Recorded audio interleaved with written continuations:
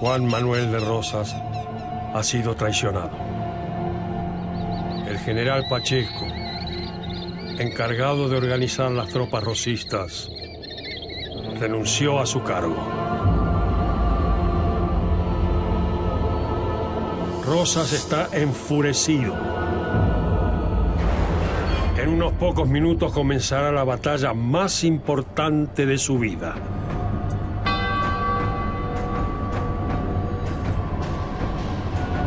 El aire está lleno de interrogantes.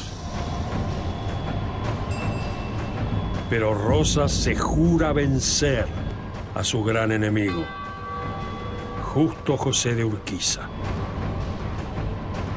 Un soldado se le aproxima rápidamente. Le informa que el ejército grande de Urquiza está cerca. El caudillo se prepara a atacar, despertando la furia de sus tropas.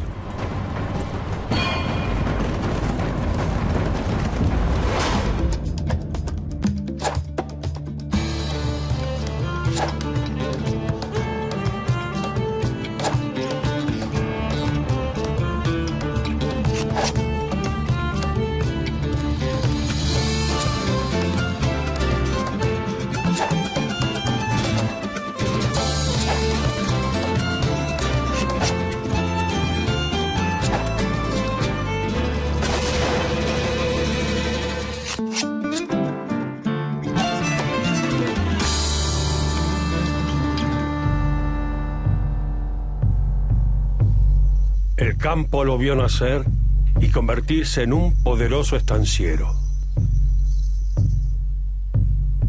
Se ganó el respeto de los paisanos, a los que supo escuchar y movilizar.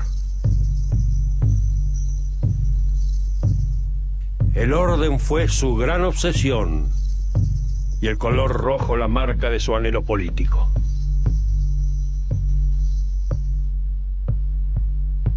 Alcanzó la gobernación en Buenos Aires durante 2 períodos y consolidó el federalismo en todo el país. Fue un hombre ambiguo, enemigo de la negociación interna y maestro en la externa. Destruyó a sus adversarios sin dudarlo, mientras la sangre escribía uno de los períodos más turbios de nuestra historia. Él fue llamado el restaurador de las leyes, y su nombre es Juan Manuel de Rosas.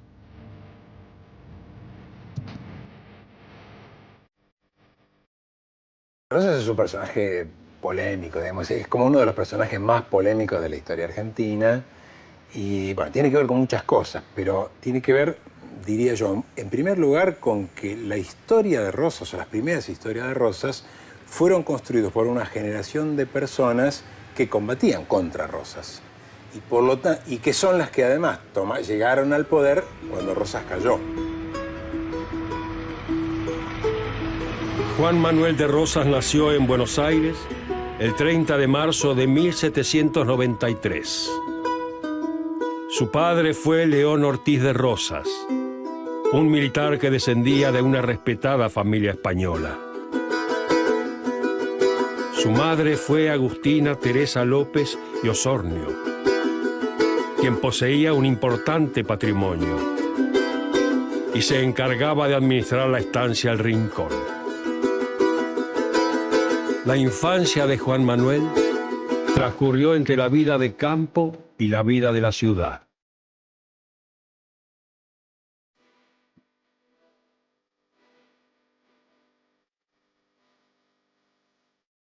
Estos son los padres de Rosas, Agustina López de Osornio y León Ortiz de Rosas. En esta imagen aparecen como doña y don, eso es un signo de distinción en la época, digamos, en la época colonial y también en los primeros años independientes. Si vos llevas delante de tu nombre el término don o doña, implica una diferencia social. Y eso muestra que Rosas nace en una familia pudiente, una familia respetable para la época. Su madre era hija de Clemente López, que era un hacendado que había muerto en un malón indígena, lo habían lanceado. y degollado, y su padre provenía de una familia de hidalgos españoles, es decir, que tenía un estatus alto socialmente.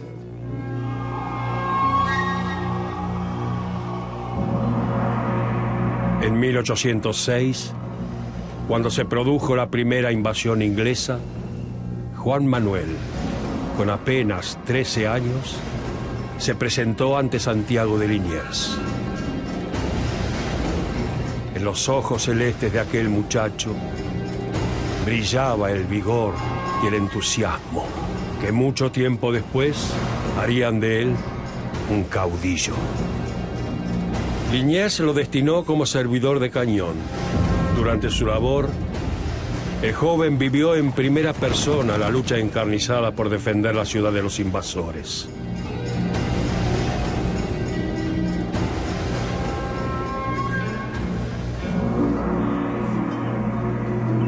Después de cumplir con sus obligaciones, Juan Manuel se decidió por regresar al campo. Se dedicó a administrar los bienes de su familia, pero la convivencia con su madre, que lo acusaba de despilfarrar los bienes, se le hizo insoportable. Rosas renunció a su trabajo como administrador y abandonó la casa.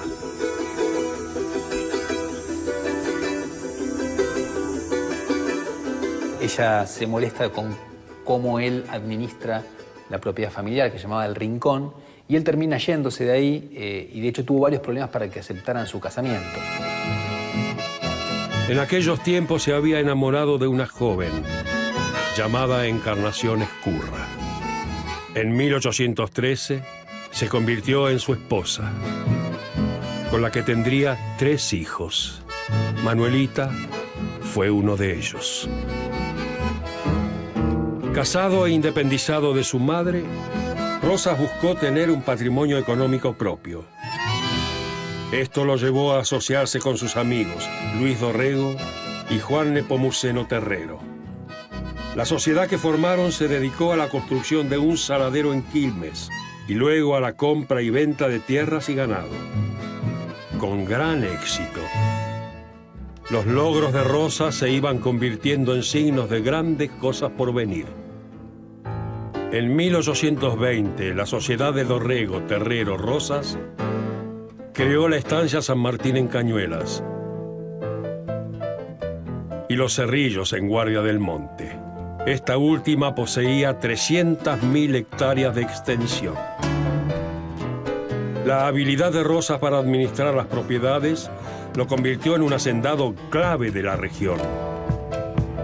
Esto le permitió, de a poco, relacionarse con la política, presentando peticiones a los sucesivos gobiernos, abogando por los intereses de los productores ganaderos y saladeros. Y él, incluso como administrador, escribe una instrucción que se llama para los mayordomos de estancia, donde se muestra muy estricto en en cómo controlar la producción. Porque en esa época hay un problema muy grande, y es que uno piensa desde ahora, ¿no? Y dice, bueno, el campo alambrado, controla. En esa época no hay alambrado, no hay forma de controlar la producción. Entonces las vacas obviamente no son ordenadas, se van moviendo. Entonces, y eso implica que hay mucho robo de vacas, que los peones pueden estar, pero también pueden irse porque tienen formas alternativas a su salario para sobrevivir. Cazar nutrias, lo que se llama el bicherío, con lo cual es muy difícil tener el orden que un estanciero quiere tener. Y Rosas intenta hacerlo mediante un texto sumamente obsesivo en el cual marca perfectamente cómo controlar a la estancia, y eso también le da prestigio como administrador, ¿sí? Y también lo que va a hacer es que él, en su experiencia como administrador y como estanciero, adquiere una gran habilidad en la relación con la población rural, particularmente con los sectores populares.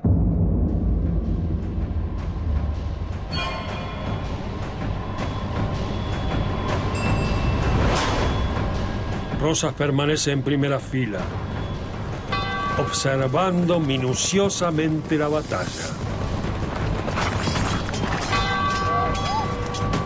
Sus soldados luchan vigorosamente contra los enemigos litoraleños.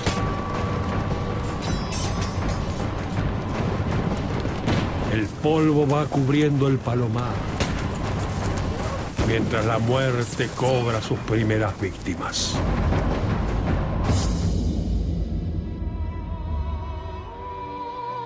Las balas llegan cerca del corcel de Rosas. Un relincho saca de sus pensamientos al restaurador. Domina su rocín mientras escucha los gritos de sus hombres. En 1820 se produjo un acontecimiento decisivo. El litoral se enfrentó a Buenos Aires en la cañada de Cepeda. Los caudillos López y Ramírez vencieron al poder central, que quedó destruido. Alguien tenía que ocupar de forma interina el cargo de gobernador. Varios gobernadores estuvieron interesados en ocupar el puesto, pero no lograron consolidarse. Finalmente, Manuel Dorrego, coronel del ejército y hermano del socio de Rosas, fue elegido gobernador interino de la provincia de Buenos Aires. Dorrego usó las milicias para defender la ciudad de un nuevo ataque del santafesino López. Rosas, que servía en la milicia, proveyó al gobernador con 500 de sus colorados, milicianos que vestían de camiseta y chiripá rojos. Dorrego luchó duramente contra las fuerzas santafesinas y los expulsó de la provincia, pero luego invadió Santa Fe y fue vencido. Esto condujo a que la Junta de Representantes le quitara el poder al derrotado Dorrego. Rosas, al tanto de las noticias, convocó a los generales Martín Rodríguez y Gregorio Araoz de la Madrid. Ahí aparece Rosas. Él interviene de manera muy destacada para favorecer una solución política en Buenos Aires, que es la llegada al gobierno de Martín Rodríguez. Si en 1820 llega Martín Rodríguez al poder, que va a tener como ministro a Rivadavia, a Manuel José García, y una de las personas que más favorece por su intervención dirigiendo a los milicianos y a sectores de la campaña es justamente Juan Manuel de Rosas. A la sombra de un ombú, Rosas manifestó su apoyo político y económico a Rodríguez para que fuera gobernador de Buenos Aires. Con este aporte clave de Rosas, Rodríguez fue elegido gobernador por la Junta de Representantes.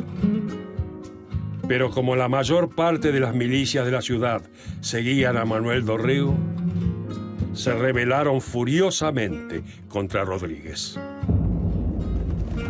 El gobernador escapó al campo y se comunicó de inmediato con Rosas, solicitándole ayuda. Entretanto, en Buenos Aires, los rebeldes ocuparon la Plaza de la Victoria. Exigían el retorno de Dorrego a viva voz. Rosas no perdió tiempo. Ordenó a su caballería de colorados que tomase la plaza por la fuerza.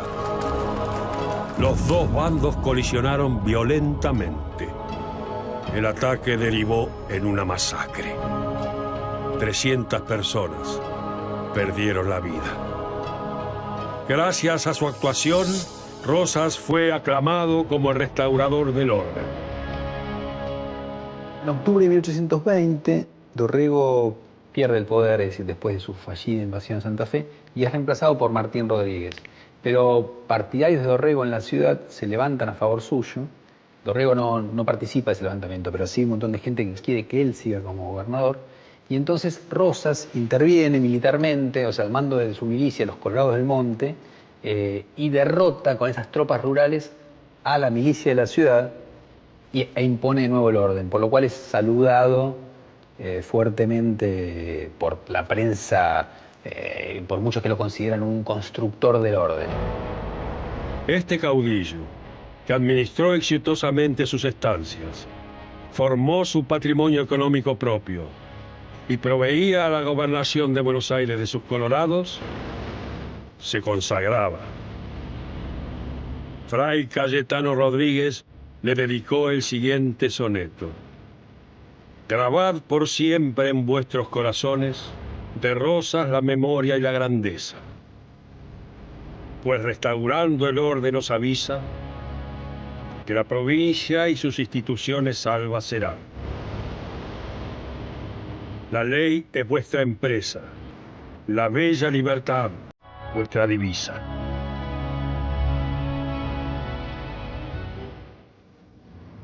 Pacificado el clima de Buenos Aires, Rosas pujó por conseguir una paz duradera con Santa Fe.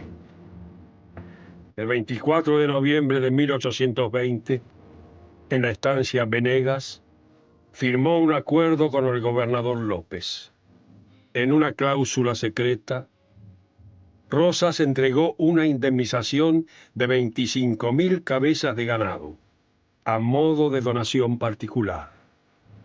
Es que durante la Guerra de la Independencia, Santa Fe había quedado devastada y necesitaba recuperar su economía. Este acuerdo selló la paz entre Buenos Aires y Santa Fe. Sería el inicio de una larga alianza entre López y Rosas.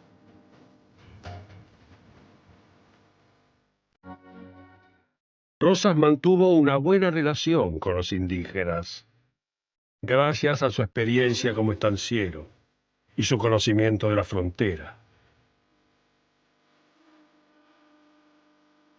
Cuando en 1821 el gobernador Rodríguez inició una violenta campaña con el objetivo de apropiarse de algunas tierras de indígenas y de tomar represalia por un malón, Rosas se opuso y cortó su relación con el gobernador, a quien había apoyado para alcanzar la gobernación. Regresó a su labor en las estancias, distanciándose de la política. En 1824, un Congreso Constitucional convocado en Buenos Aires nombró al unitario Bernardino Rivadavia como presidente de la República. Hasta entonces, Rosas nunca se había opuesto a las decisiones de ese dirigente político. Ahora Rivadavia quiso dividir la provincia de Buenos Aires en dos. Por un lado, la región norte, con capital en San Nicolás, y por el otro, la del sur, con capital en Chascomús. Propuso además la nacionalización de la aduana, proceso que perjudicaba los intereses de los productores ganaderos. Rosas y un numeroso grupo de estancieros se opusieron a Rivadavia exigiéndole su renuncia, la cual se produjo ante las muchas oposiciones que levantó su presidencia.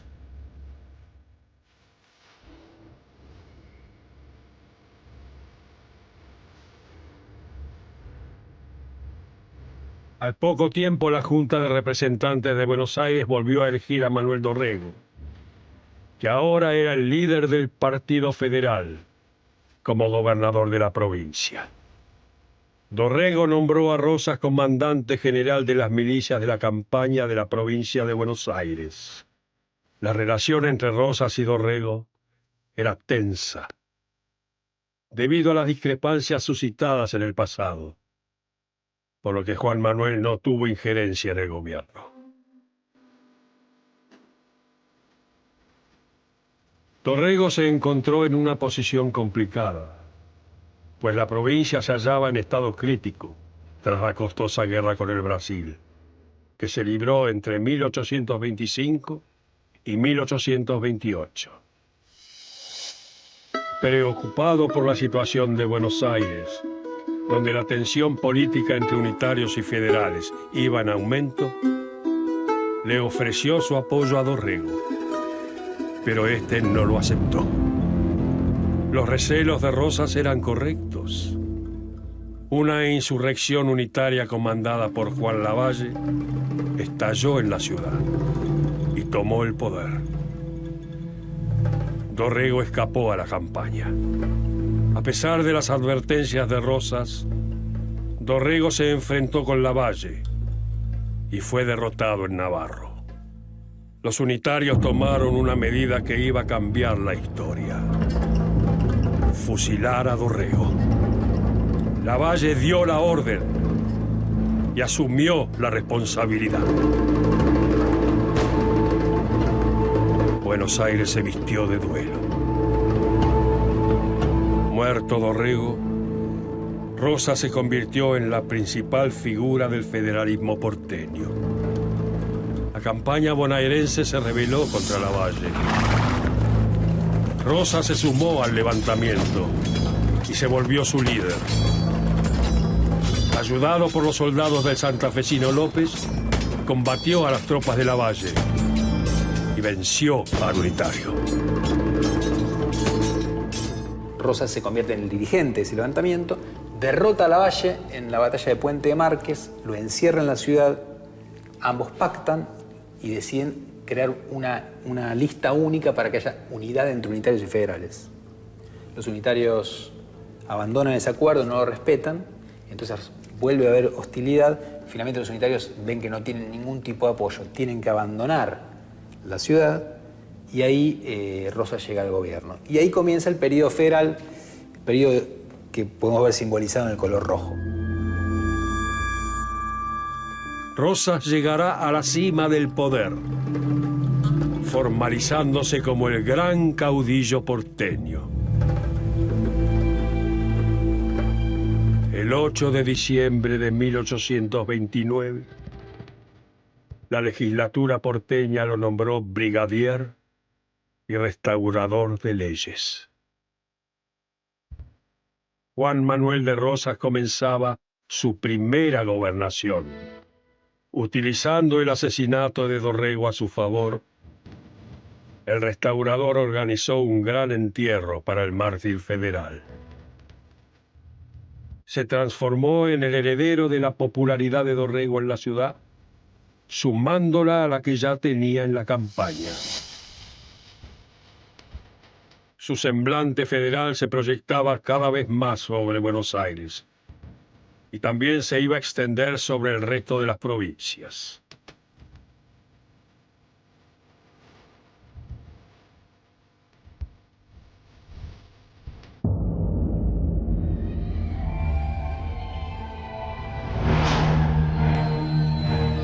Urquiza está ganando.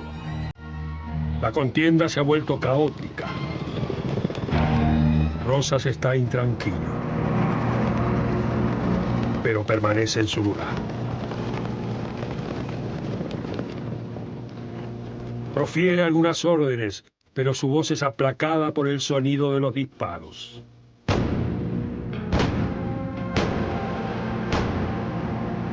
La derrota está recayendo del lado porteño.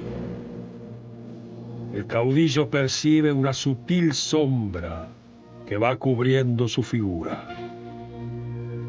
Ahora, la noche lo aplasta.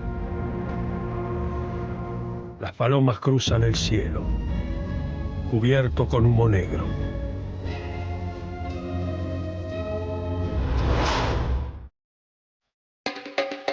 Rosas era un estanciero que buscaba el orden.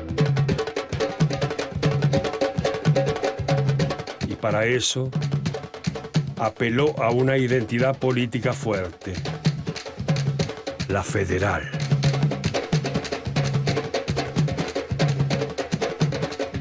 Para conquistar el orden, todos debían ser federales.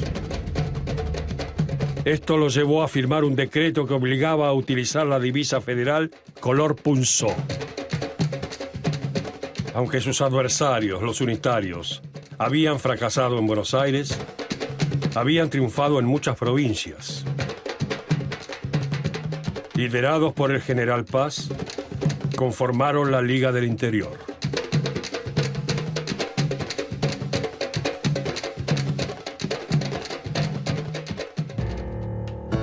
Para luchar contra ellos y destruirlos, Rosas firmó en 1831 el Pacto Federal con las otras provincias federales: Santa Fe, Entre Ríos y durante un corto tiempo Corrientes. Los federales organizaron un gran ejército con el dinero de Buenos Aires. La Liga Unitaria tenía los días contados. En ese momento el país se había partido en dos, ¿sí? Había 4 provincias federales: Buenos Aires, Santa Fe con Estanislao López, Entre Ríos y Corrientes, contra los unitarios del interior que dirigidos por el general Paz, habían armado una liga unitaria.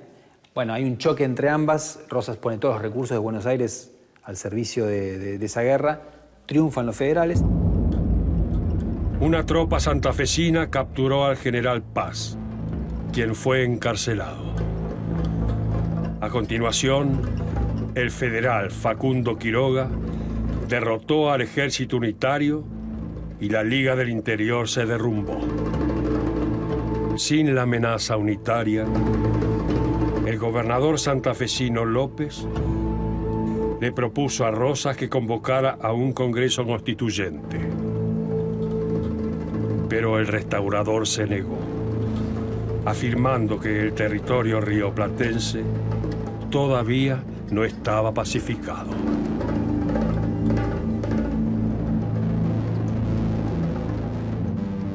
Se creó entonces la Confederación. Cada provincia era un estado autónomo con sus propias autoridades y decisiones. Solo se unía a las otras en caso de un ataque exterior, y todas delegaban el manejo de las relaciones exteriores en la provincia más poderosa, Buenos Aires. De esta manera, la primera gobernación de Rosas llega a su fin. El primer gobierno de Rosas es un gobierno muy ordenado, que va de 1829 a 1832, en el cual él lo que intenta hacer es una administración, digamos, ordenada, que siempre el orden fue su gran objetivo, ¿no? de la provincia, y al tiempo tratar de vencer a sus grandes enemigos, que eran los unitarios de la Liga del Interior. Durante sus 3 años de mandato pudo conservar su poder, alejar la guerra de la provincia y conseguir el orden administrativo. La legislatura porteña le ofreció la reelección, pero como había pasado el peligro unitario, ya no iba a tener facultades extraordinarias. Rosas creía que sin ellas no se podía gobernar. Se ofendió y no aceptó el cargo. Hay una banda que perteneció a él, una banda de gobernador, ¿no? Una banda que probablemente es posterior, pero no sirve para esto. Le ofrecen ser reelecto, pero sin las facultades extraordinarias. Y Rosas, que es un personaje que cree que sin facultades extraordinarias no se puede gobernar en un lugar tan complicado como es el Río de la Plata, no acepta la reelección. Rosas se dedicó a organizar una campaña militar contra los indígenas para extender la frontera y ganar territorio. 1.500 hombres lo siguieron por las regiones del sur y sudoeste. La gobernación provincial fue ocupada por Juan Balcarce, un colaborador de Rosas, pero bajo su gobierno se formó un sector opositor al restaurador dentro del federalismo. Rosas los llamaba los cismáticos. Su esposa, Encarnación Ezcurra, tomó las riendas de la carrera política de su esposo, ausente en la campaña contra los indígenas. Encarnación dirigió a los federales partidarios de Rosas, llamados los apostólicos. No era común que una mujer fuese dirigente política, pero Encarnación demostró tener mucho más talento y decisión que los otros líderes apostólicos. En octubre de 1833, Buenos Aires vivió una etapa de convulsión política. Los cismáticos, apoyados por Balcarce, y los apostólicos se enfrentaron duramente.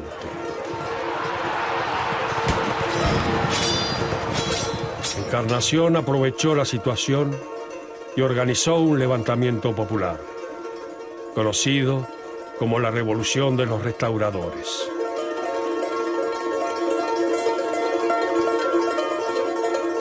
Muy pronto el gobernador Balcarce renunció. Su lugar fue ocupado por Viamonte, quien también fue desestabilizado por la gente de Encarnación hasta que renunció. El grupo de rosistas fanáticos apoyados por Ezcurra formó un club político llamado la Sociedad Popular Restauradora, que se ocupaba de presionar a los enemigos de Rosas. Años más tarde, esa sociedad tendría una rama armada, conocida como la Mazorca. La mazorca fue un instrumento del rosismo, claramente, para doblegar a los enemigos de Rosas en la ciudad de Buenos Aires, y no cabe ninguna duda que la mazorca ejercía el terror, es decir, que mataba gente, sobre todo amedrentaba, más que mataba. En algunos momentos donde hubo, es decir, en algunos momentos de crisis muy fuerte del gobierno, donde parecía que el gobierno estaba acosado por un conjunto de enemigos, en esos momentos por ahí la labor de la mazorca, digamos, se convertía en más sanguinaria, más dura, de atacar por la calle a enemigos, a gente que era claramente, se sabía que era enemigo del régimen, incluso de matar a unos cuantos. Rosas regresó a Buenos Aires en 1834 como un caudillo victorioso. La Sala de Representantes lo eligió gobernador tras la renuncia de Viamonte. Pero como en la sala todavía había muchos federales que querían evitar una dictadura, no le otorgó las facultades extraordinarias que él quería. Entonces Rosas no aceptó el cargo. La legislatura insistió 4 veces y el caudillo se negó en todas las oportunidades. El gobernador interino fue su amigo Manuel Massa. Pero en 1835, Facundo Quiroga, que había sido enviado por el gobierno porteño al norte para pacificar un conflicto entre Salta y Tucumán, fue asesinado brutalmente. Buenos Aires entró en pánico. La Sala de Representantes temía que volviera el desastre de la Guerra Civil. Solo un hombre aparecía como garantía ante la crisis. Le ofrecieron la gobernación por 5 años con facultades extraordinarias y la suma del poder público. Rosas tendría en sus manos el control absoluto del poder legislativo, ejecutivo y judicial. Pero para legitimar ese poder, Rosas pidió que se confirmara su nombramiento mediante plebiscito. Así comenzaba la segunda era del restaurador de las leyes. Entonces, ahí sí, después de negarle durante mucho tiempo a Rosas las facultades extraordinarias, los federales deciden finalmente dárselas otra vez, darle, claramente la gobernación y además la suma del poder público, es decir, que tienen poder total. Es la instauración, digamos, legal de una dictadura, ¿no? No era fácil preservar instituciones en un país que estaba constantemente asediado por potencias extranjeras y que estaba en guerra. Pero de todo lo que puede decirse es que Rosas respetó las instituciones legislativas. Todos los años se reunía la legislatura y todos los años le ratificaba el poder a Rosas. No era que Rosas se lo dieron una vez y después se olvidó. Todos los años él convocaba a la legislatura y respetaba a la legislatura.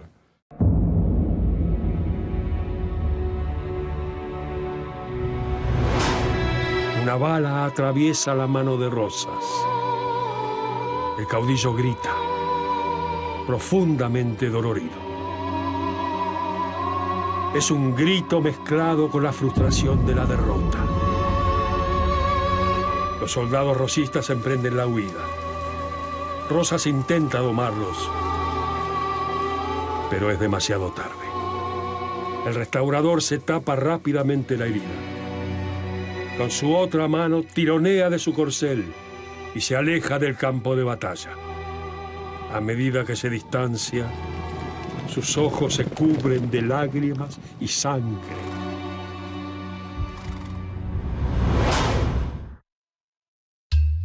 Entre sus primeras medidas, Rosas separó de la administración a sus enemigos, los sospechados de unitarios y los federales que lo habían enfrentado, a quienes acusó también de unitarios.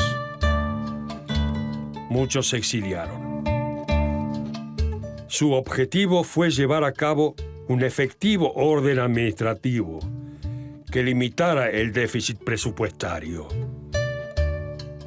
Para eso perfeccionó el régimen aduanero. Vendió tierras públicas, pero también cerró la universidad y suprimió los fondos para asilos y hospitales. Su poder en Buenos Aires parecía inquebrantable y su influencia sobre el resto de la Confederación iba en aumento. Pero sus enemigos conspiraban contra él y esperaban su oportunidad. Esta llegó ante una agresión imperialista, la de Francia. El 28 de marzo de 1838, los franceses bloquearon los puertos de Buenos Aires y el litoral. La excusa, entre otras, fue que Rosas no quería liberar a prisioneros franceses acusados de unitarios. El accionar del caudillo porteño fue decidido. Se dispuso a mantener firme la soberanía de la Confederación. Incluso recibió el ofrecimiento del exiliado general José de San Martín, que se ponía a su disposición. El bloqueo francés fue aprovechado por los enemigos de Rosas para levantarse contra él. Rosas había sido intransigente en no negociar con los franceses. Ahora, no es el único momento clave, porque al poco tiempo en Chascomús y Dolores, al sur de la provincia de Buenos Aires, surge otra oposición dentro de los mismos estancieros que hasta entonces habían sido como un gran soporte del régimen de Rosas, ¿no? Que se llama los Libres del Sur. Se levantan en armas contra el rosismo, cansados del bloqueo y de ciertos impuestos que le empezaba a cobrar Rosas por primera vez a los estancieros, y es derrotado por los rosistas, segundo intento que fracasa. Mientras tanto, en Corrientes siempre se venía quejando contra Rosas porque Corrientes era partidaria de una política proteccionista, ¿no?, de la economía. Mientras que Buenos Aires, desde antes ya, había sido desde la Revolución totalmente librecambista, ¿sí? Rosas durante un tiempo puso una ley de aduanas que protegía ciertos derechos, pero enseguida cayó en desuso y entonces siempre mantuvo una política partidaria del libre cambio. Entonces Corrientes se oponía fuertemente a eso y Corrientes buscaba que hubiera una organización constitucional del país. Rosas se oponía. Entonces en 1839 Corrientes se levanta contra Rosas y es totalmente derrotada por los aliados de Rosas, que son los entrerrianos, que conduce a alguien que se va a hacer muy famoso después y que va a ser fatal para Rosas, que es Justo José de Urquiza. Pero eso es otra historia posterior. Los ataques llegaron desde todas partes. Simultáneamente se formó un ejército de unitarios y antiguos federales que intentó invadir Buenos Aires al mando de Lavalle. Además, el gobierno uruguayo del Partido Colorado también le declaró la guerra al restaurador. Esto llevó a que las provincias del norte formaran una liga que le quitó el manejo de las relaciones exteriores. La sangre corrió a raudales. La expedición que envió Rosas contra el interior fue terrible. Y en Buenos Aires, cuando fracasó el ataque de Lavalle, la mazorca recorrió la ciudad asesinando a varios opositores al rosismo. Finalmente, el 29 de octubre de 1840, Rosas firmó un tratado de paz con Francia. El bloqueo se levantó. La Liga del Norte, Corrientes y los Colorados uruguayos fueron vencidos. En 1843, tras 5 años de luchas sangrientas, Rosas se había impuesto contra todos sus enemigos. Solo la ciudad de Montevideo resistió su tremendo poder. La paz pareció restablecerse, pero no por mucho tiempo. Es decir, del 38 al 43 es un momento de crisis del sistema rosista, vence a todos sus enemigos y en el 43 parece que solo queda Montevideo, que era una ciudad amurallada, asediada, y todo parece terminar, ¿sí? Lo que hace Rosas es también sitiar a Montevideo por el río, y cuando parece que va a caer Montevideo, intervienen otra vez Francia, pero esta vez aliada con Inglaterra. En 1845, una flota anglo-francesa bloqueó el puerto de Buenos Aires. Su objetivo era evitar que Rosas tomara Montevideo y lograr la libre navegación del río Paraná, para así obtener todos los beneficios comerciales. Hasta entonces, Rosas había mantenido una excelente relación con los británicos. Pero el cambio de política de Gran Bretaña lo enfureció. Rosas decidió darles batalla. El 20 de noviembre, en la vuelta de Obligado, las tropas porteñas abrieron fuego contra la flota que entraba en el Paraná sin autorización. La consigna era defender la soberanía de la Confederación. Los navíos y los cañones federales enfrentaron a los extranjeros en una contienda cargada de violencia. Pese a la heroica defensa, la victoria recayó en los invasores, que avanzaron hacia el norte.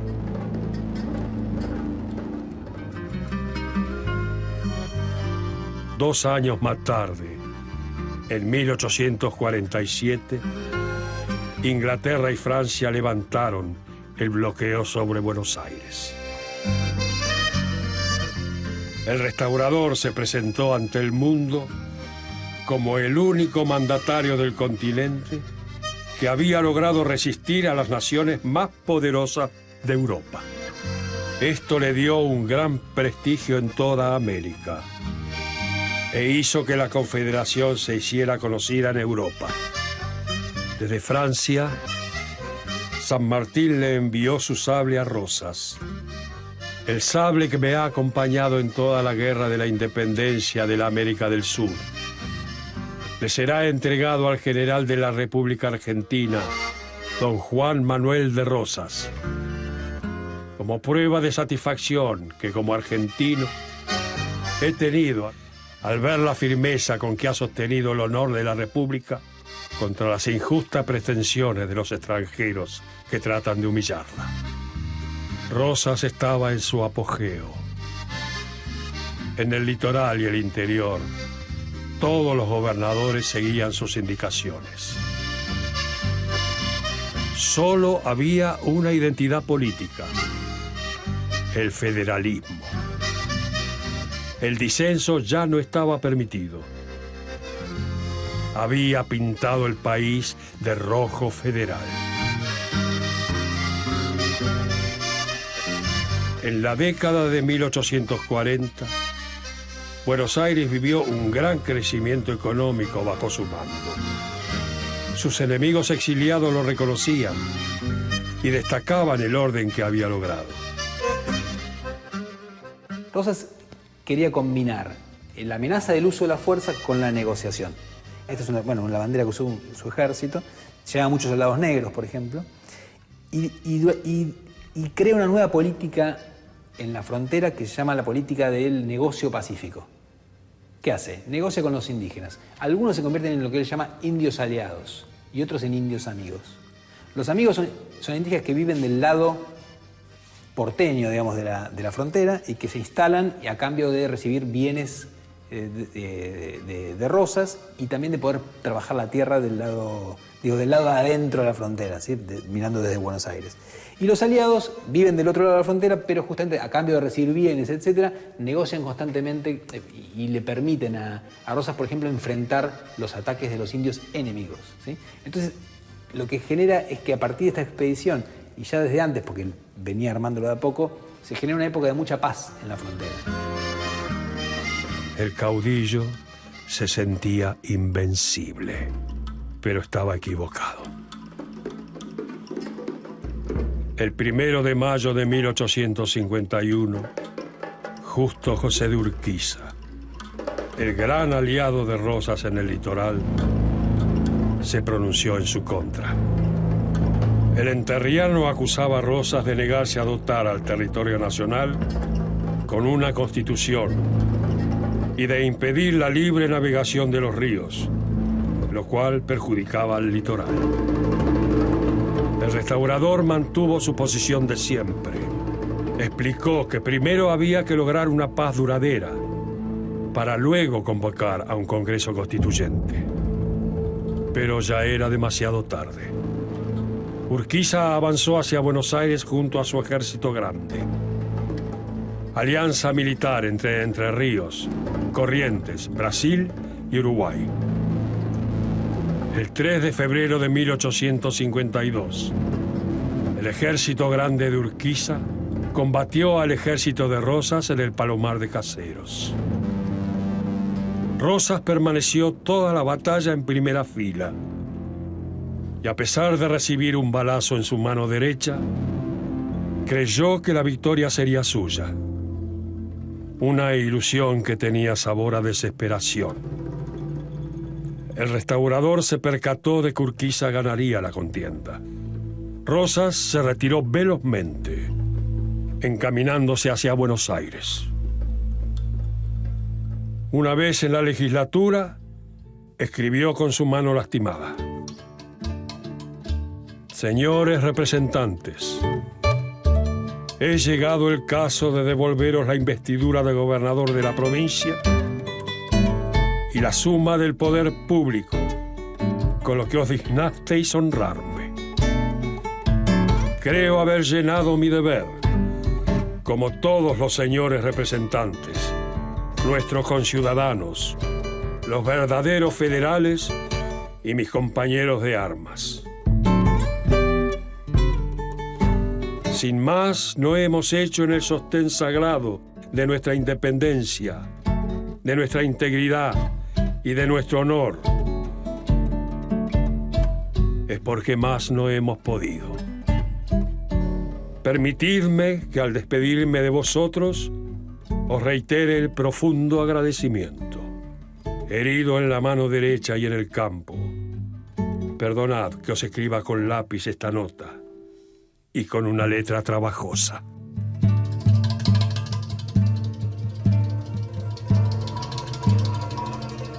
Así comenzó el ocaso del caudillo. Ante el derrumbe del poder, en Buenos Aires comenzaron grandes saqueos. Rosas, temiendo por su vida, se dirigió a la casa del ministro inglés y pidió asilo político. Acompañado por su hija Manuelita, el restaurador de las leyes embarcó rumbo a Inglaterra. Atrás quedó la tierra por la que tanto había luchado. Un dolor le apretaba el pecho. El dolor de la derrota. Rosas escapa por los pelos, justamente pide asilo en Inglaterra y se va a vivir a Gran Bretaña con muy mala suerte, ¿no? Porque en realidad tiene que trabajar la tierra con sus manos, no tiene un peso porque todas sus propiedades son confiscadas.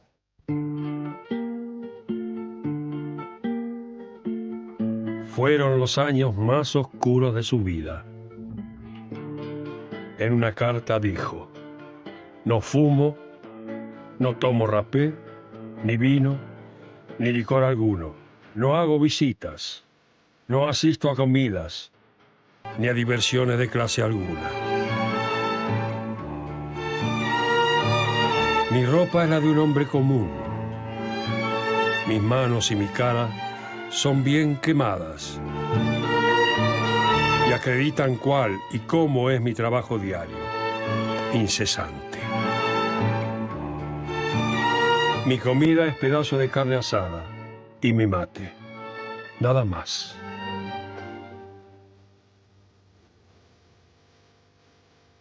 El 14 de marzo de 1878, Juan Manuel de Rosas, enfermo de neumonía, falleció. Tenía 85 años. En su testamento expresó: mi cadáver será sepultado en el cementerio católico de Southampton, hasta que en mi patria se reconozca y acuerde por el gobierno la justicia debida a mis servicios.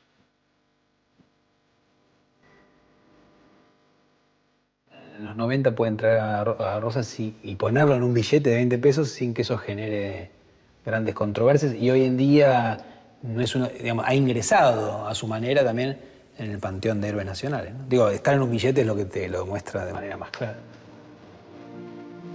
Pero tuvieron que pasar más de 111 años para que el sueño de Rosas se cumpliera. El 1 de octubre de 1989, acompañado por una marcha de 5.000 paisanos, el féretro con el cuerpo de Rosas encontró su descanso final en el cementerio de la Recoleta. La odisea de aquel aclamado como el restaurador del orden había concluido. Desde su muerte, Juan Manuel de Rosas ha sido objeto de grandes debates. Es probablemente el personaje histórico argentino que más controversias ha suscitado. Por un lado, se lo ha reconocido como un astuto diplomático, y su defensa de la soberanía lo hizo valerse la admiración de hombres como José de San Martín. Por otro lado, Rosas era un tirano, el gran desastre de la historia argentina. Esta fue la vida de un caudillo amado y odiado, el polémico restaurador de las leyes, Juan Manuel de Rosas.